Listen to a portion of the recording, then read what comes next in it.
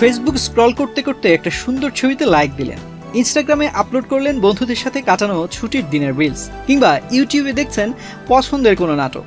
প্রতিদিন প্রতি মিনিটে বিশ্বজুড়ে কোটি কোটি মানুষ ঠিক এই কাজটি করছেন। কেউ সেলফি তুলছেন, কেউ টিকটক বানাচ্ছেন, কেউ অফিসের জরুরি ফাইল আদান প্রদান করছেন। বসুন্ধরা টিস্যু, অশুদ্ধতার বিরুদ্ধে এক বিন্দুও ছাড় নয়।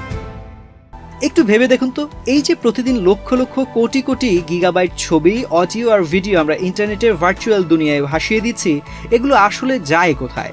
কোনো অদৃশ্য জাদুর বাক্সে জমা থাকে আপনার 10 বছরের আগের আপলোড করা সেই প্রথম প্রোফাইল পিকচারটি। অনেকেই হয়তো এক বাক্যে বলবেন, কেন ক্লাউডে থাকে? কিন্তু ক্লাউড বা মেঘ তো আকাশে ওড়ে, সেখানে ডাটা বা তথ্য জমা থাকবে কিভাবে? আসলে ক্লাউড কোনো কাল্পনিক বা আকাশের মেঘ নয়। আপনার আমার আপলোড করা প্রতিটি ছবি, ভিডিও বা মেসেজ অত্যন্ত বাস্তব এবং সুরক্ষিত উপায়ে জমা থাকে পৃথিবীর কোনো না কোনো প্রান্তে, মাটির উপর গড়ে ওঠা বিশাল বিশাল ডাটা সেন্টারে। এগুলোকে সহজ ভাষায় বলা যায় ইন্টারনেটের একটি মহা গুদামঘর। গুগল, মেটা, মাইক্রোসফট বা অ্যামাজনের মতো টেক জায়ান্টদের বিশ্বজুড়ে এমন হাজার হাজার ডেটা সেন্টার রয়েছে।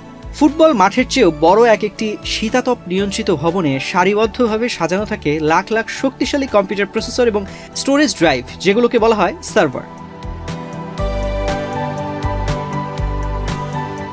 আপনি যখনই ফেসবুকে একটা ছবি পোস্ট করেন, মুহূর্তের মধ্যে তা আলোড়ন তৈরি করে অপটিক্যাল ফাইবার কেবলের মধ্যে দিয়ে চলে যায় নিকটবর্তী কোনো ডাটা সেন্টারের হার্ড ডিস্কে, যেখানে এটি ডিজিটাল কোড বা 0 এবং 1 হিসেবে জমা হয়ে যায়। আবার আপনি যখন সেই ছবিটা দেখতে চান, সার্ভার সেকেন্ডের ভগ্নাংশের মধ্যে তা প্রসেস করে আপনার মোবাইল স্ক্রিনে ফিরিয়ে আনে।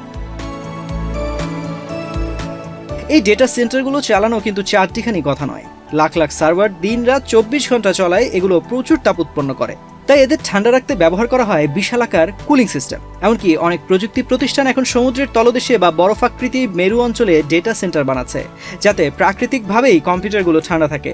পাশাপাশি বিদ্যুৎ চলে গেলেও যাতে আপনার স্মৃতি হারিয়ে না যায়, সেজন্য থাকে বিশাল ব্যাকআপ পাওয়ার সিস্টেম।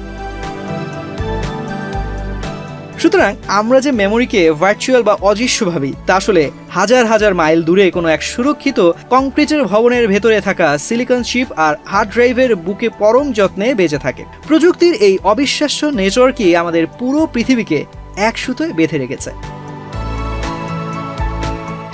তো আজ এ পর্যন্তই। এমন নানা তথ্য জানতে বাংলাদেশ প্রতিদিনের সাথেই থাকুন।